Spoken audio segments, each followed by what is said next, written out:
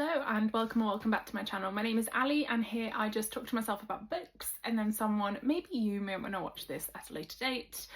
I have been so bad at filming videos these past few months. I don't even have an excuse. Well, I kind of do, but I don't want to use it. So yeah, here I am again. I'm hoping to get back into like a rhythm with this because I do really enjoy it and it's fun and I do like talking to myself. Yeah, I guess let's get started. Oh, no, I need to tell you what we're doing. So in this video, we're just going to go through all the books I read in February and I'll let you know what I thought of them. So let's get started.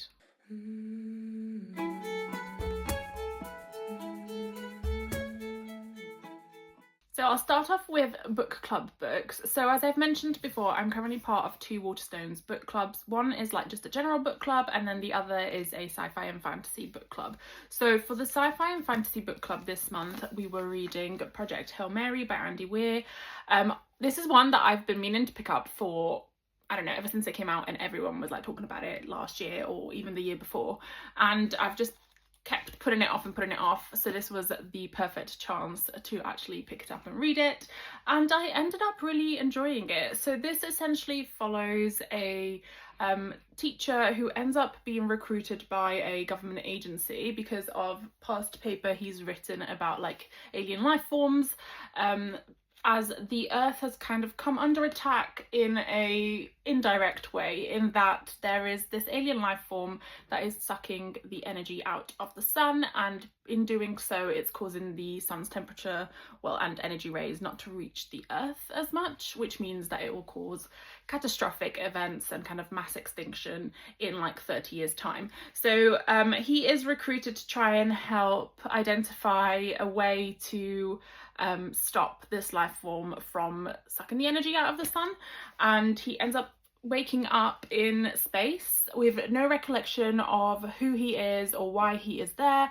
The other two members on the ship have passed away during the time that they were kind of in this suspended sleep, and he kind of slowly pieces his life back together, and also his purpose there, whilst coming across a unlikely ally, I guess, in trying to save the Earth. So I actually really enjoyed this. It was such like a unexpectedly cute read. It is very heavy on like the science, which I actually quite enjoyed. Mind you, I didn't know half of what was being said and I didn't end up having to Google it, like the physics concepts and stuff, but I really enjoyed it. And the element, whilst actually if you've seen the trailer for the movie, you know what kind of like what I considered to be pretty big spoiler is, but I actually really loved that element of it. It like added a whole other kind of dimension and emotional intrigue to the story, and I really liked it. I loved how it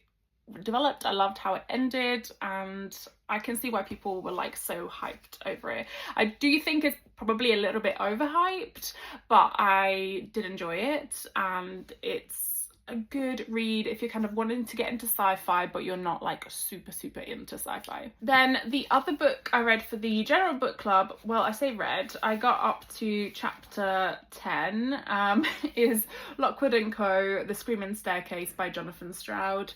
This so I think the genre for this month was like children's books or books we liked when we were younger or something like that, and someone picked this and we all voted on it. So it did sound interesting, it sounded good, and I thought I would enjoy it.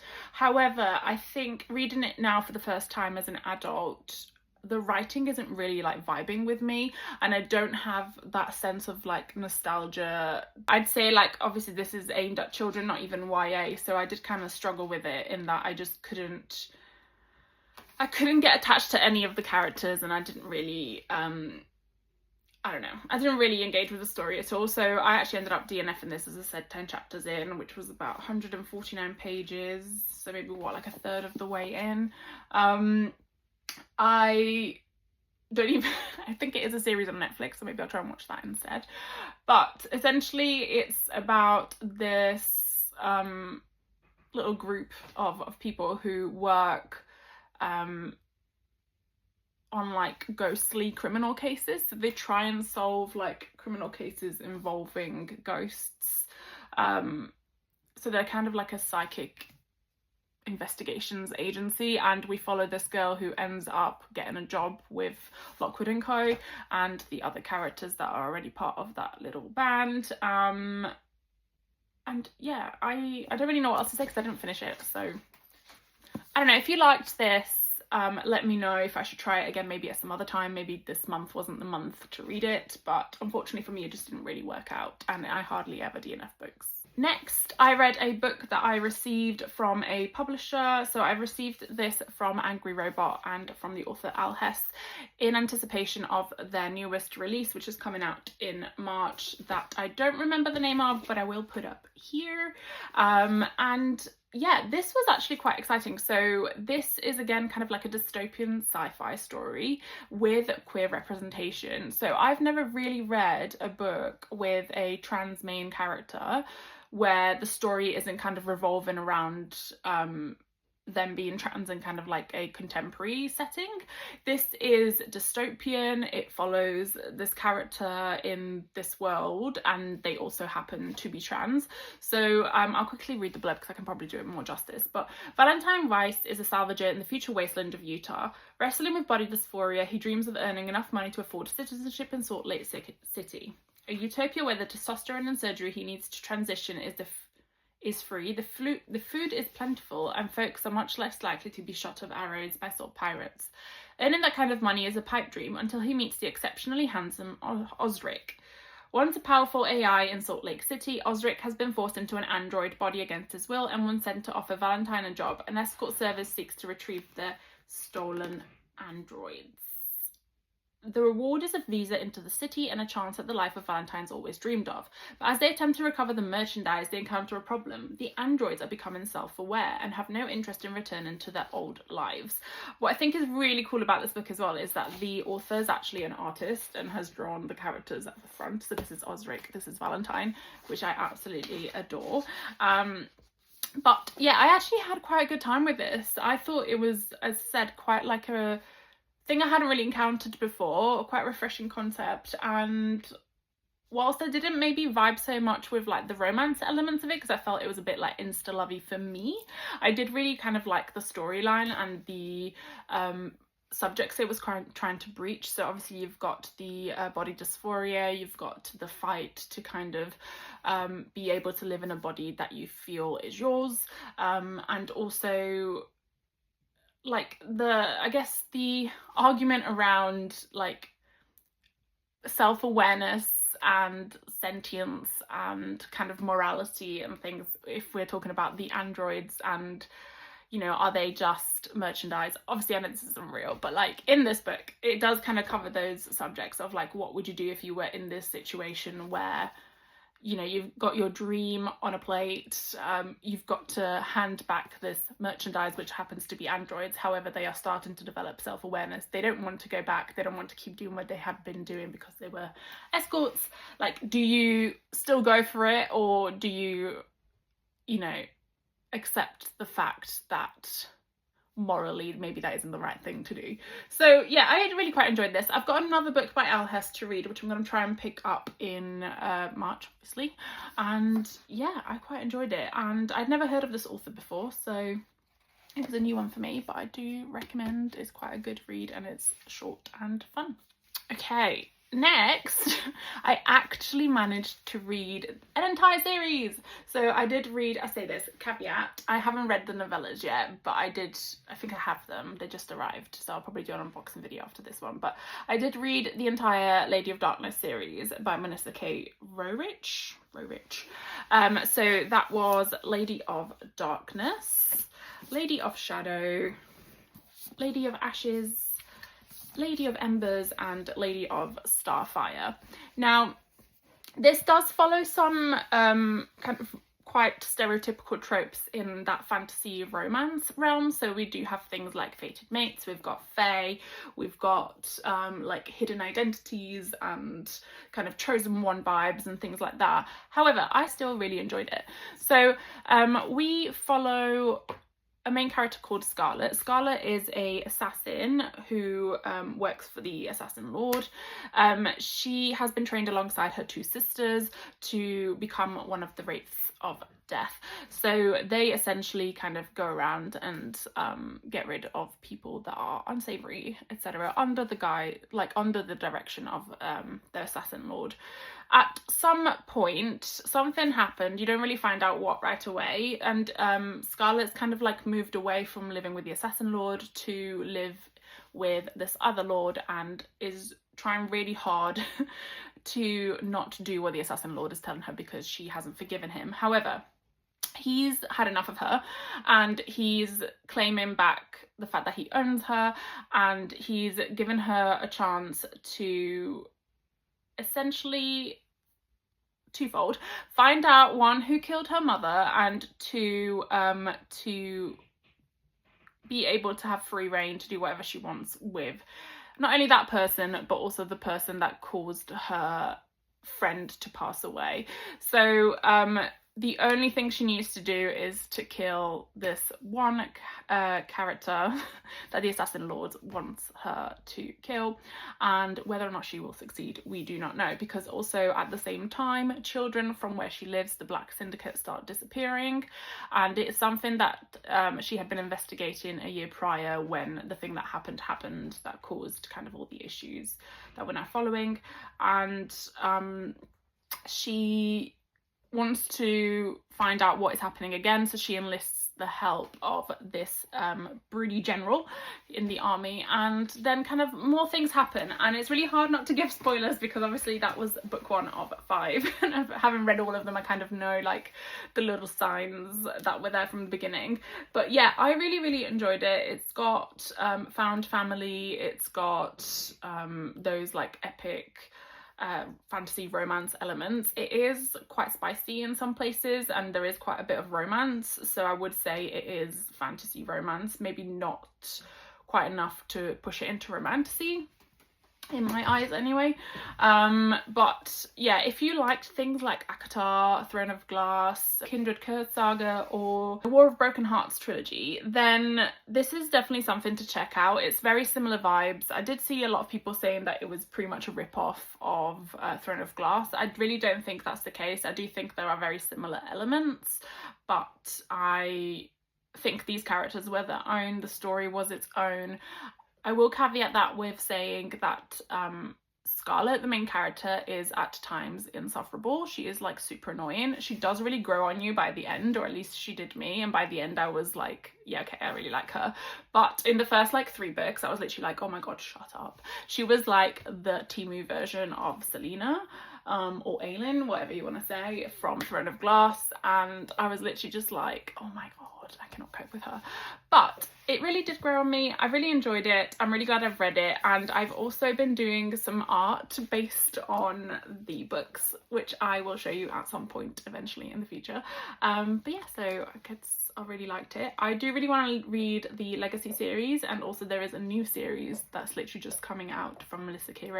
Roerich, which follows 3 of the characters that are in Lady of Darkness, kind of their backstory. So I'm kind of excited.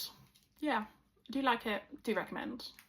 And then one of the favourite books I read, that was actually a kind of tip over from January, was the Bound and Broken series, book 3 of War and Ruin by Ryan Cahill.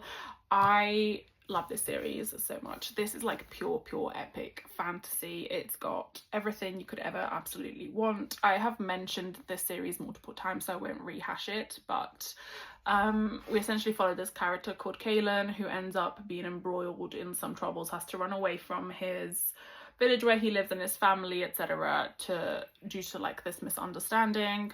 I say misunderstanding, and then all these things happen, and I don't want to ruin it because I want everyone to experience it for the first time.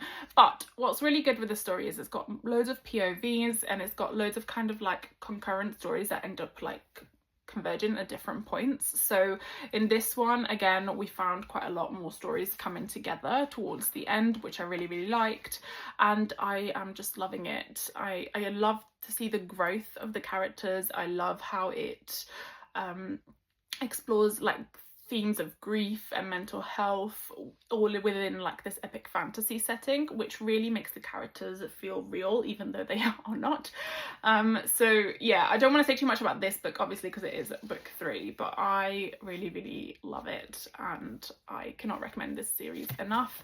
I actually also had the absolute pleasure of meeting Ryan Cahill the other week, and he signed my books. He actually signed all of my indie ones, and I did end up actually also buying the new trad published version because I couldn't not, which is absolutely stunning. So this is actually the Waterstones special edition here, with sprayed edges, and because I attended the event I also got a free tour dust jacket, which is really cool, and I love it because it's purple, and it also has this very beautiful foiled signed page in it as well.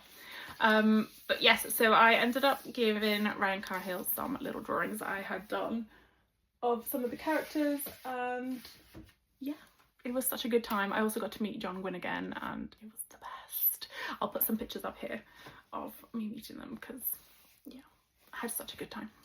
And then last but not least, I read The Second Death of Locke. I say read, I'm actually halfway through this right now. Today is the 1st of March, so I'm still counting it as a February read, but I'll probably finish it this weekend.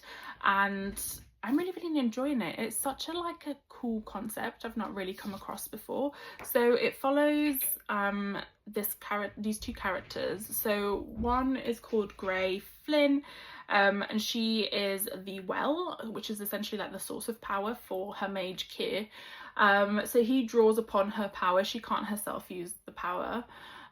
He draws upon her power to kind of enhance his mage gifts, and they are currently traveling across the country because they have various wars and stuff going on. So it's, again, I haven't finished it yet, but I am really enjoying it. I really enjoyed the writing. I really like this edition as well because it is stunning. But here we have the characters, and here as well. And yeah, I'm really liking it. It is definitely not something I have read like this before. It is a little bit more kind of, how do I put it? It's not romance per se, but there is a lot of kind of romantic longing, which I wasn't expecting. But it's a nice little addition, I think. Whether or not it'll come to fruition, I don't know, because I haven't got to that point yet. But at the moment, I'm really kind of enjoying the story and kind of there's already been quite a big reveal, which I won't spoil because it is a major spoiler. But yes, really liking it. Okay, so I feel like I waffled on for an eternity there, probably made 0 sense. I don't know if any of these ever make sense, but I had a really good February, I think, overall. Looking at this pile of books, I know I did have one DNF, but I think overall I actually had a really good reading month, and I am looking forward to having a similarly good reading month in March. And I will do a unboxing video next, and then a pick my March TBR video, because I really need to pick my March TBR. I do have a small pile of books that I know I need to read, but I really need to make sure I read them as well as others. I need to pick out the next series to binge in March. So I hope you enjoyed that video. Let me know if you've read any of these books and what your thoughts were, or let me know what your favourite read of February 2026 was and whether or not I should also read it. Thank you so much for watching, and if you enjoyed the video, please do pop a like, and if you would like to see more, please do press that subscribe button, and I'll see you soon.